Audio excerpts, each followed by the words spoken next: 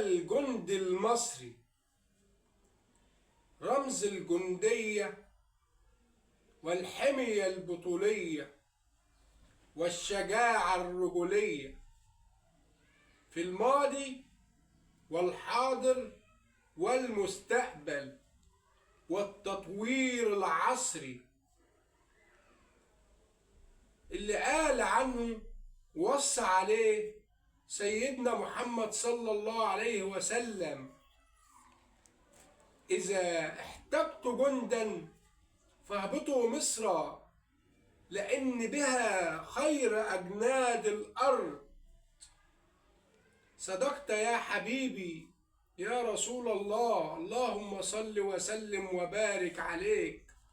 فبكل فخر وعزة أنا الجند المصري. تحيا مصر.